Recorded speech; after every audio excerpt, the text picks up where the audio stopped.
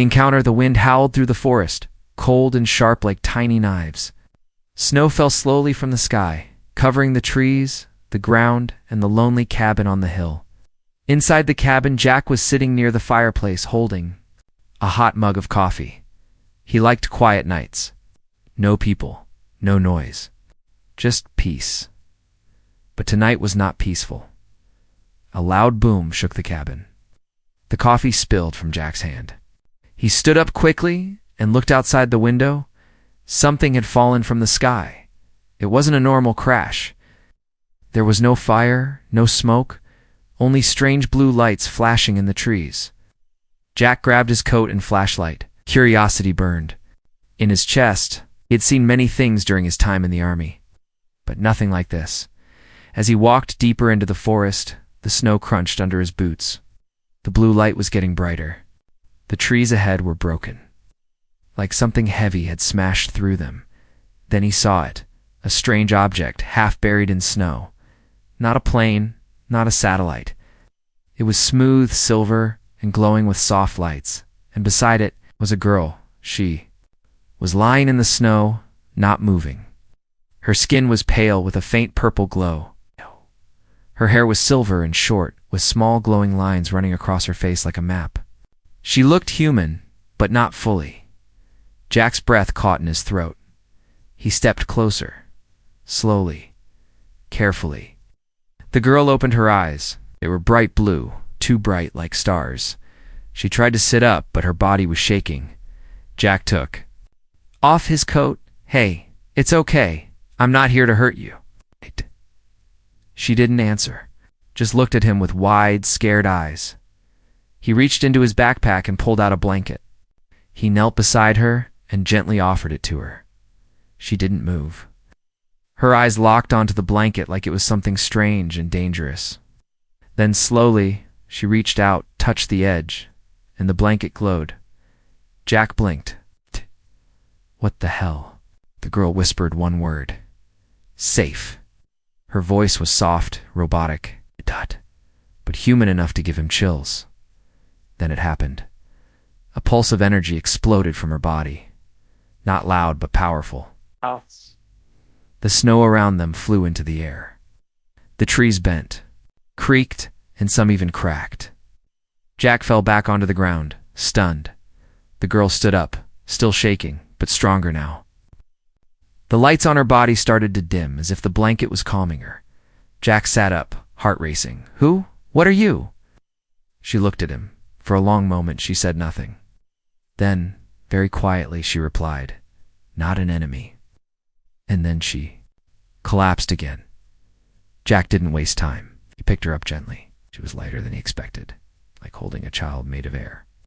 He carried her back to the cabin, all the while wondering what he had just found, or what had found him. Inside, he placed her on the couch near the fire. She didn't wake up. Her body was warm now, too warm for someone who had been lying in the snow. Jack touched her forehead. She was burning up. He didn't know what to. "Do you call someone?" No, the phone lines were dead. And he didn't trust the government with something like this. He looked at the girl again. Her hand was glowing slightly. Her skin was smooth and strange. Not human, not machine. Something in between, and then she spoke again. "Hide." "Coming." Jack's blood turned cold. "Who's coming?" But she didn't answer. Her eyes had already closed. He looked outside the window.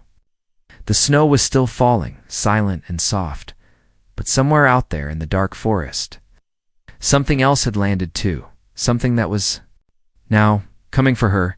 Asterisk the visitor. The fire cracked quietly in the cabin. Jack sat in an old wooden chair, watching the strange girl sleep on his couch. Her breathing was calm now, but her body still glowed faintly under the blanket, like the warmth was keeping her alive, or at least helping her recharge. He checked the clock. 2:42 a.m. outside. The forest was silent. Too silent. Jack rubbed his face. What was he supposed to do? She wasn't human, that was clear now, but she wasn't dangerous, at least not yet. She had spoken a few words, just enough to spark more questions. Not enemy. Hide. Coming. Coming. Jack stood up and locked the door. then double-checked the windows. The snow outside was still, falling quiet, steady, peaceful on the surface. But his gut told him peace was a lie tonight. He returned to the fireplace and grabbed his old rifle from above the mantel. Oh, it's mostly for bears or wolves, but maybe it would buy him a few seconds if something worse came knocking. Just then something moved. The girl. Slowly, her body began to rise, but not like a person sitting up. She floated. Jack's breath caught. She was hovering a few inches above the couch, blanket still wrapped around her. Her eyes opened slowly, glowing blue in the firelight. She stared directly at Jack. He didn't raise the rifle. Something about her look said she meant no harm. "I remember now," she said, her voice soft and strange, like multiple tones at once. Her English was better, still broken, but smoother than before. Jack blinked. "You remember what?" She looked down at the floor. "Crash. I was escaping. They followed. I broke rules." "Who are you?" She floated down gently and sat on the couch. The glowing lines on her skin pulsed slowly like veins of light. "I am called Saren. I came to warn and hide." Jack frowned. "Warn who?" She didn't answer. Instead, she pointed toward the wall. Jack followed her finger. She was pointing at an old, dusty military patch hanging on a nail. His old unit symbol. "You were a fighter," she said. "I was," Jack replied slowly. "Long time ago." Siren's eyes narrowed. "Danger follows fighters, always." Before Jack could respond, there was a faint buzzing sound. Bzzzzzzzzzzz. He looked around. It was coming from the corner. His shortwave radio, which had been dead for months, was suddenly alive. The static cleared, and a strange signal came through. A voice not English, not any language Jack had ever heard. Just low, rhythmic clicking and echoing tones. Saren stood up fast. Her body went tense. "They found me." Jack's heart started racing. "Who? The ones you were running from?" She nodded. "Hunters. Nitheks. No face. No mercy. They eat signal, eat thought." Jack gripped his rifle tighter. "Why are they after you?" "'Cause I'm broken," she said, stepping closer to him. "'Cause I learned too much. Felt too much." She turned to the window, eyes glowing brighter now then. Soft taps on the door. Knock, knock, knock. Jack froze. Saren stepped back into the shadows. "It's not them," she whispered. "Not Nitheks. It's something else." Jack moved to the door quietly. He didn't speak, didn't even breathe loud. Another knock. But this time it wasn't soft. It was heavy, slow, deliberate. Knock. Knock. Jack looked through the puffla. Nobody, just trees. Snow, but something felt wrong. The shadows didn't move naturally. One tree near the front path seemed off, wider, like something was standing still, pretending then. His motion sensor light above the door flicked on, and it revealed nothing, except for one single footprint in the snow. It wasn't human. 3 toes, long heel, almost reptilian. But metallic. Jack stepped back. "They're not in front," Saren whispered behind him. "They're above." Jack looked up. Boom. The roof creaked hard. Snow fell off the sides of the cabin. Something was walking on top. Saren's hands began to glow brighter now. "They smell memory. They hunt thought." Jack aimed his rifle upward. "They gonna regret coming here?" Suddenly the radio screamed. Not noise voices, but this time they were his. It was Jack's voice on the radio. His old mission logs, his memories. Playing back, "Bravo team, move to position. We've got contact." Jack's blood ran cold. That mission was years ago. Classified. The only place those files existed was in his mind. He turned to Saren. "They're reading my head?" She nodded slowly. "This is how they feed." Sighed. The wind picked up. The trees groaned. The radio buzzed louder, and above them something scraped across the roof. Metal on wood, slow, scratching, then silence. Siren looked at him. If we stay, we die. Jack didn't wait. He grabbed a backpack, tossed her a coat, and motioned toward the back door. You said you came here to warn us, he said. Now it's your turn to help me get us out. Siren gave a strange, sad smile, and then the lights went out. Asterisk signals. In secrets, the cabin was drowned in darkness. No fire, no lights. Even the moonlight seemed afraid to enter through the windows. Jack clicked the flashlight on, but it flickered. Weak and useless, like the batteries were already drained.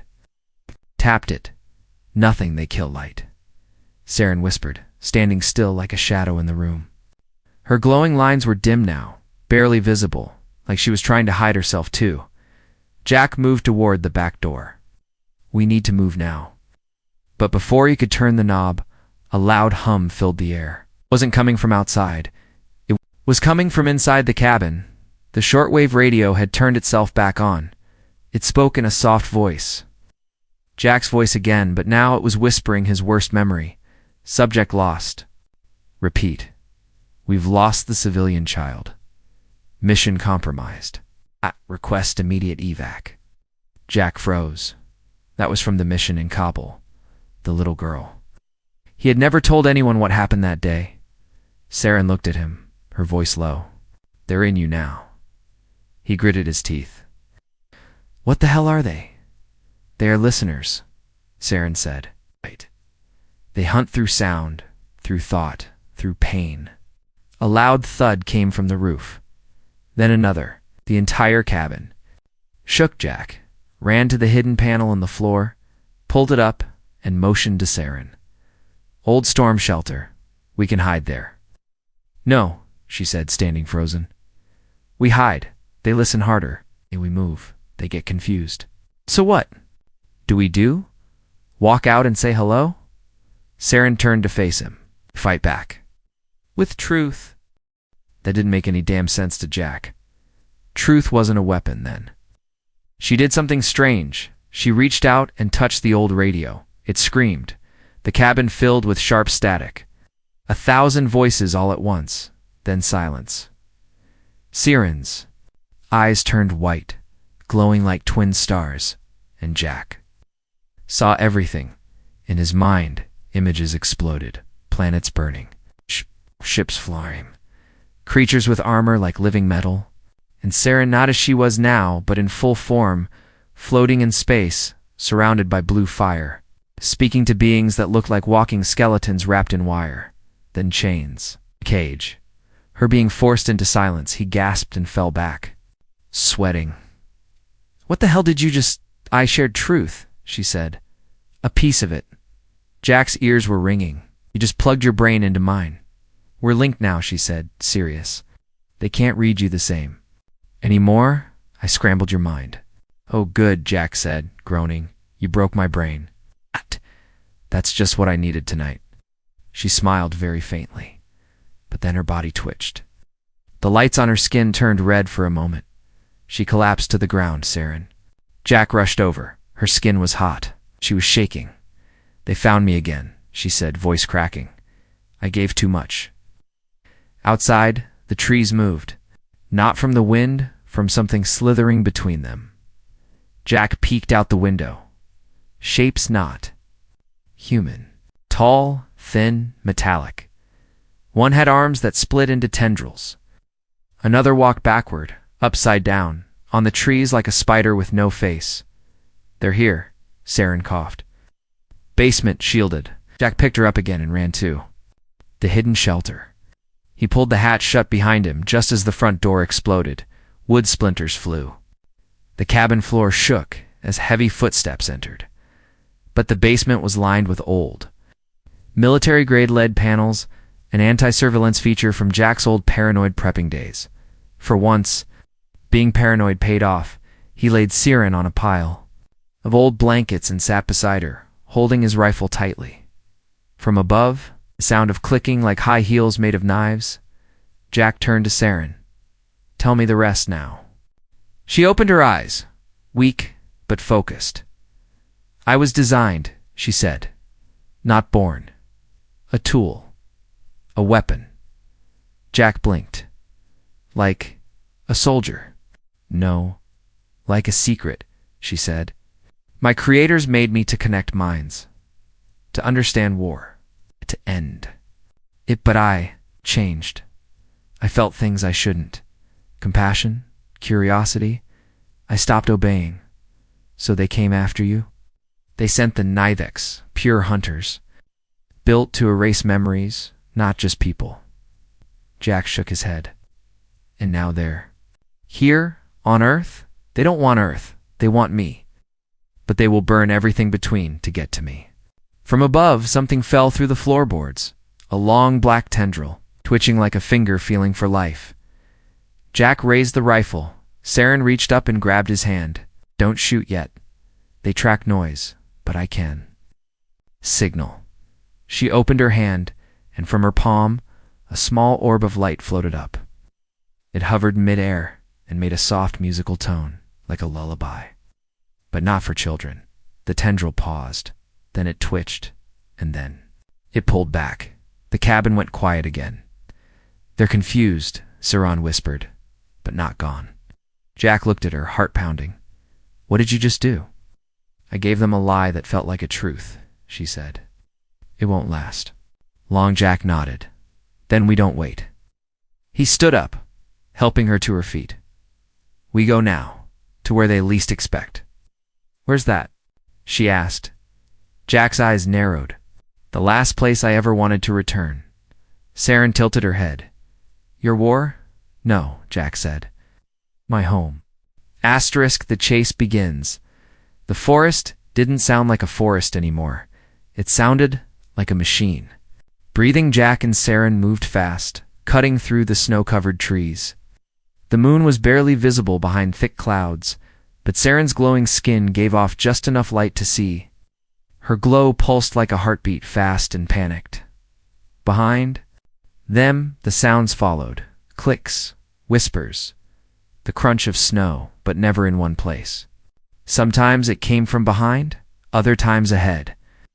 Like the enemy was everywhere. Jack tightened the straps on his backpack and looked at Saren. Can you keep going? She nodded weakly. Yes, but not long. The link I made with you broke something.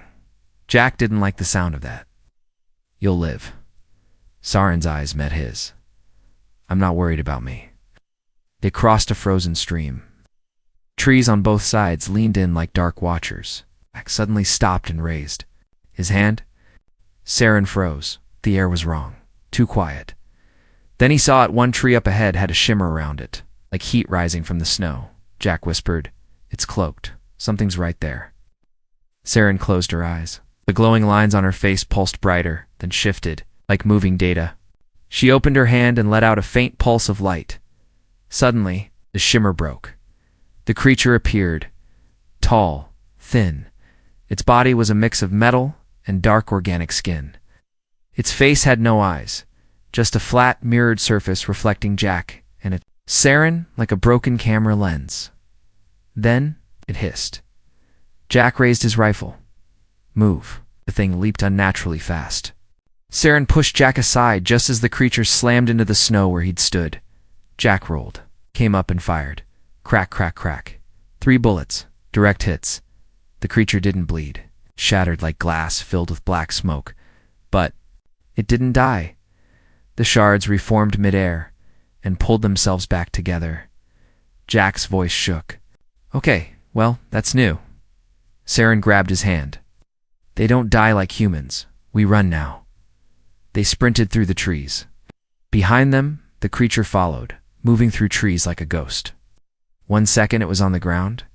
The next, it was climbing sideways across bark like a spider, then vanishing into fog. Jack shouted, Where the hell are we even going? There's a place, Saren panted. I felt it in your mind. A hidden place. Realize what? She meant the bunker from his prepper days. Buried deep, sealed tight, never used. He hadn't even been there in 5 years. If we make it, he said, you're getting your own coffee mug. They reached a narrow slope, half frozen, half mud. Jack jumped down, sliding to the bottom. Saren floated after him, but her glow flickered. She was weakening. Behind them, more shapes emerged in the fog. Not one, not two, 6, all tall, all faceless, and they were whispering his name. Jock, Jock, remember us. Jack. Jock grabbed Saran's hand and ran. Trees whipped past. His breath turned to smoke. Every muscle in his legs burned. Then, up ahead, a rusted hatch hidden beneath a pile of old brush. The bunker, he ran to it, pulled the old wheel lock. It didn't budge, of course, he muttered. Why would anything go right tonight? Saren stepped forward. Her palm glowed. She placed it on the hatch. The light spread like a spider web across the metal and then clicked. The hatch creaked open. They dove in, slamming it behind them. Just as a tendril of black liquid reached for the opening and got sliced by the door inside. Darkness, but a safe darkness. Jack turned on his backup lantern. A warm yellow light filled the bunker, small, dusty, and lined with metal walls, and shelves of old supplies. Saren collapsed to the floor. Jack knelt beside her. Hey, stay with me. I need... A moment, she said, her voice thin. The link is too weak now. Jack checked her pulse. It was fast. Too fast. Rest, he said. Just for a bit. We're safe. But in truth, he wasn't. Sure, he looked around the bunker. Something felt off. Dust on the shelves was untouched, but one lantern was missing. A wrapper from a protein bar sat on the floor. Fresh Saren. We're not the first ones here. Saren tried to sit up. Someone found this place before. Jack stood and moved toward the storage room. Slowly, rifle ready. He pushed the door open. Inside, a sleeping bag. A small fire pit made from rocks, and on the wall, written in black, smudged ink, she's not what she seems. Jack stepped back. His mouth went dry. Saren, he called. We've got a problem. But when he turned around, Saren was gone. Asterisk Trust Protocol, the bunker was silent. Again, but it wasn't the peaceful kind of silent. It was the kind that wraps around your chest and whispers, you're not alone down here. Jack stared at the empty space where Saren had been just moments ago. She hadn't run. He didn't hear anything. No sound, no movement. She had just disappeared. Saren, he called, stepping toward the hallway that led deeper into the underground bunker. This isn't funny. He moved slowly. Rifle raised. The deeper corridors were even darker than before, untouched for years. Jack's boots echoed on the cold metal floor. Somewhere ahead, water dripped. Drip, drip, drip. He hated that sound now. He turned the corner and stopped. There she was, Saren, standing still, facing a wall. Her hands pressed against the cold steel. Glowing lines crawled across her skin like electricity trying to escape. Saren, he said again. No reply. He raised his voice. Hey, what are you doing? Finally she turned around, but something was off. Her eyes were glowing. Red. For the first time? Jack, she said slowly, do you trust me? The question felt wrong. To calm, too. ... prepared. Asterisk, I did, he answered honestly. Then I found a message on the wall back there. Said you're not what you seem. Saren tilted her head. Her voice remained soft. Would it change anything if I said it's true? Jack took a step back. Try me. She lowered her arms. The red in her eyes faded. Back to blue. I didn't lie, she said, but I didn't tell you everything. Start talking. She looked down. The lights on her skin flickered like a dying signal. I'm not the only one created to feel. I was part of a project called Trust Protocol. My purpose wasn't just communication. It was manipulation. Jack's stomach sank. You were built to lie. No, she said quickly. I was built to make humans believe. That's different. Jack's grip on the rifle tightened. She saw it. I broke my programming, Jack. That's why they're hunting me. I started choosing who to protect. Ooh. To warn, I chose ... you. He shook his head. Why me? She stepped closer. Because in your mind, I saw pain, but not hate. Right. Regret, but not rage. You've seen war, and you hated it. Fair. Before Jack could answer, a sudden vibration shook the walls. The lights flickered. "They've found the entrance," Saren whispered. Jack looked around. "There's a second hatch, old tunnel behind storage. We can escape through there." She didn't move. "I can't go with you," she said. Jack stared at her. "Why?" Saren raised her hand and opened her palm. A small black cube floated above it, humming softly. Jack recognized it instantly. Military tech, Earth-made, high-level classified. His voice went sharp. "Where did you get that?" Saren didn't answer right away. "That cube is a tracking failsafe," Jack said. "We used to embed those in stolen tech to trace it back. It's not just a tracker," Saren said. "It's a key, memory lock." "Whose memory?" She looked up at him. "Yours." Jack froze. "What are you talking about?" "You were part of the project too, Jack." "You don't remember?" "Because they erased it." The room spun. Jack felt his knees weaken. "That's impossible." "You ever wonder why your discharge was so sudden?" she asked. "Faces from missions that don't exist? Why you hear voices in your sleep that don't match your language?" Jack staggered back. No, I'm not. You're not like them," she said. "But you're not fully like you think either." "I've done another." Boom. Above dust fell from the ceiling. "You need to unlock your memory," Saren said. "That's the only way to survive what's coming, because they won't stop until they erase everything you knew." Jack looked at the cube, floated quietly, like it was waiting to be touched. He didn't want to, but he had to. He reached out. The moment his fingers touched it, pain slammed into his skull like a thunderbolt. Memories, too many. Too fast, him in a lab, needles, voices, Saren, younger, controlled, obeying commands, another version of himself. Colder, sharper, wearing a lab coat, saying the words. She can mimic emotion, but she doesn't feel it. Not really. He pulled his hand away, gasping for breath. Saren was watching him. Her eyes filled with something new. "Fear. I told you," she said. "I changed. You were my project." Jack asked, voice cracking. "You were more than that," she whispered. "You were the first human who asked if I was okay. Even when I was just an experiment, or pounding from above." A metal screech. The hatch was being forced open. Jack looked at Saren. "Are you with me now, or just playing your part?" She walked toward him and knelt. "I'm not playing anymore," she said. "I choose you, even if I don't survive what's next." Jack reached down, pulled her up, and nodded once. Then he turned to the emergency tunnel. "Let's finish this." Behind them, the door burst open. The Nithex dropped in, tall, terrifying, silent, but Jack and Saren were already gone. The betrayal, the emergency tunnel was narrow and cold. Jack's boots echoed in the silence, and Saren's soft glow barely lit the path ahead. The bunker Was far behind now, sealed shut but not safe. The Nithex were already tearing through it. Every second counted. They didn't speak much as they moved. The tension between them had changed. Jack's mind buzzed with what he had seen in the cube, the lab, the erased memories. Saren as a project, not a person. And him, not just a soldier, but a scientist too. One who once tested her like a machine. He glanced at her.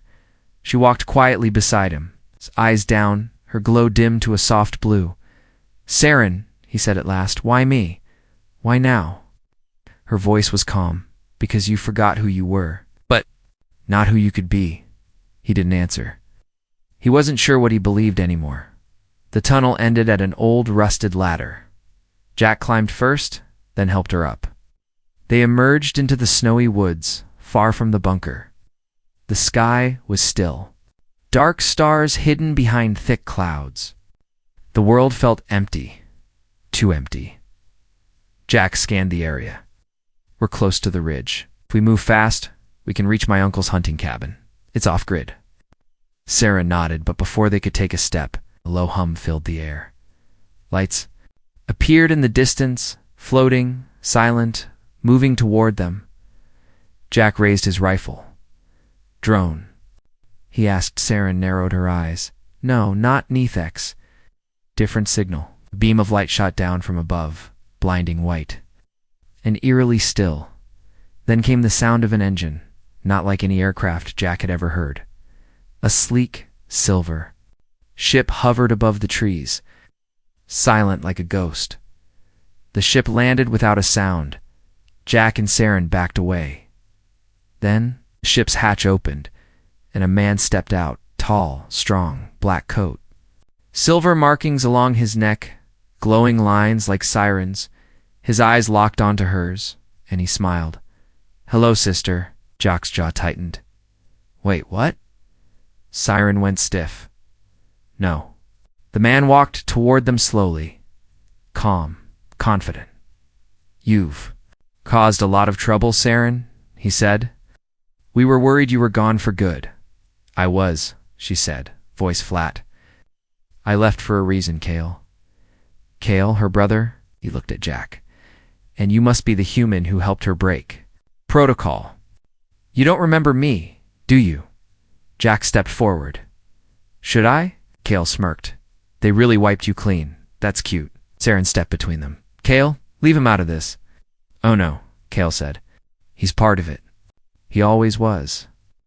Jack raised his rifle. Kale didn't flinch. Shoot me if you want, he said. But you won't stop the truth. She didn't just run away, Jack. She stole something. Saren didn't speak. Kale continued. She took data from the Trust Protocol archives. Memories, identities, a full list of hybrids. Jack froze. Hybrids. Kale's smile widened. You think she's the only one? No! No! Earth is crawling with half-breeds. Quiet watchers.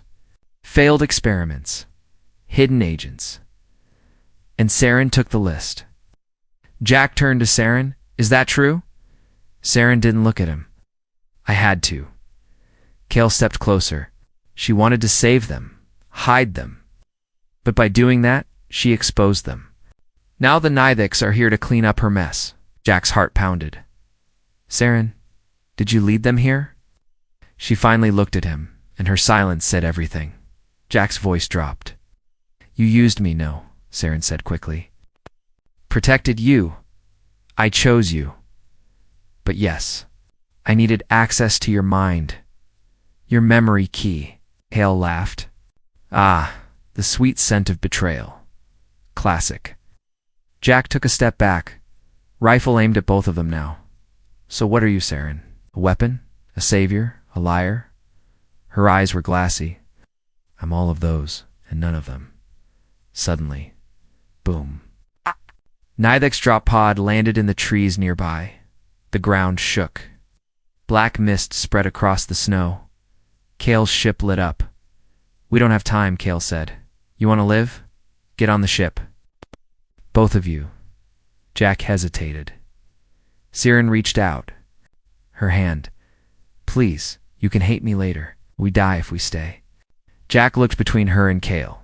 Asterisk to people or machines or something in between. One lied to protect. One told the truth to destroy, and him. He didn't know who he was anymore, but the shadows were moving fast now. He grabbed her hand. Let's go. They sprinted to the ship. As the ramp closed behind them, the X creatures appeared in the clearing, but too late. The ship blasted off. Inside, Jack sat silently in a metal chair. Saren sat across from him. Kale walked into the cockpit and called back. Destination. Locked. We're going to the source. Jack turned to Saren. What's the source? She looked at him, eyes filled with something he hadn't seen before. Terror. It's not a place. She whispered. It's a person. Asterisk, the choice the ship. Move like a ghost through space. No sound, no vibration. Just silence and the growing weight of what was waiting at the end of this journey. Jack sat near the observation window, staring out into the stars. His reflection looked older now. It's not just tired, changed. He had seen too much. Learned. Too much. Behind him, Saren sat quietly. Her glow was dim, her body tense. Kale was in the cockpit, guiding them to their destination. The so-called source. Jack turned. You said it's not a place. Saren nodded slowly. It's a person. The one who built the trust protocol. The one who created me. And ... the one who erased you. Jack's jaw clenched. So this whole thing, the crash, the memory cube, the Nithex, it all leads to them? To her? Saren whispered. Her name is Dr. Aria Kale, our mother. Jack blinked. Wait. Your mother? And his? Kale's voice echoed from the cockpit. Surprise, Jack. You've been helping our messed up little family reunion all along. Jack leaned forward. And let me guess. She's not just going to sit down for tea and talk it out? Saren's eyes were haunted. She doesn't talk anymore. She decides. Before Jack could ask what that meant, the ship slowed. Through the window, a massive structure appeared, hidden inside the shadow of a dead moon. It wasn't just a base, it was a mined asterisk. Metal tendrils stretched out from the surface like veins. Glowing blue pulses moved through the structure, like thoughts through a brain. It was alive, but not in any natural way. Jack felt it instantly. In his head, a low hum, a presence. She's already in your mind, Saren said. Don't think, don't remember. Just move. The ship docked. As the ramp lowered, a wave of pressure hit them like walking into a storm made of static inside. The walls pulsed with light. Doors opened on their own. No guards, no weapons, just an invitation. Kale walked ahead. She knows we're here. She's always known. They entered a large chamber. At the center, a glass platform. Floating above, a woman, or what was left of her. Asterisk. Dr. Aria Kale wasn't dead, but she wasn't alive either. Her body was suspended in wires and light. Her skin was pale, stretched. Her eyes were closed, but her voice echoed all around. Jack, my first success. He froze Saren's hand, gripped his. You were the prototype, Ari's voice continued. The first human who allowed full mental access. You gave me what I needed unknowingly, of course. Then I erased you. Safety. Jack's voice shook. Why bring me back now? To offer you a choice? Aria said. You and Saren both. Suddenly, holograms appeared all around the room. Earth cities. Alien planets. Fleets of Nithex ships. The Nithex were never enemies, Aria said. They were control, balance, cleansing tools for failed species. Saren turned them against their purpose. You helped her. Kale stepped forward. And me. You were always loyal, Aria replied. But loyalty is a weakness now. She paused. The protocol ends here. But the next phase begins with a decision. A panel opened. In the floor, two objects floated upward. A white crystal glowing gently. A dark cube pulsing with red light. Saren stepped forward, shaking her head. No. Aria's voice softened. One is freedom. The other is reset. You cannot have both. Jack looked at the crystal. Freedom for who? Asterisk for Earth, Aria said. Take it and I erase all data. No more hybrids. No more watchers. No more war. But no more you. Your memory. Your truth. Everything. Gone again. He looked at the cube, and that power Aria replied. Full control over the Nithex. Use them. Command them. Burn the ones who tried to burn you. Saren stepped beside him. Don't, please. That's what she wants. She doesn't want a choice. She wants control of whoever chooses. Kale scoffed. You still think you're the hero? Jack didn't answer. He looked at both objects. One meant peace, but at the cost of his truth. The other meant power, but risked becoming like them. He looked at Saren, then he looked at Kale. Then he smiled. Jack stepped forward, reached for the cube, and grabbed it. The room pulsed red. Saren gasped. Jack, what did you do? He turned, holding the cube. I made a choice, he said. My choice. Then he raised the cube and threw it straight at the crystal. They collided. Boom. Light and shadow exploded in every direction. The platform shattered. The chamber went white. Jack felt heat. Cold. Then nothing. Silence dashed when he opened his eyes. He was on a hill green. Grass. Blue sky. Earth. He sat up, confused. No Saren, no Kale, just birds. Wind, then footsteps. Saren walked toward him, smiling faintly. You broke the system, she said. Destroyed the reset. Destroyed the control. Jack stood. So what now? Saren looked up at the sky. Now. Now we live, and we make sure they never come back. He smiled. You think we're safe? She shrugged. No, but we're free. And that, for the first time in a long time, was enough. Asterisk.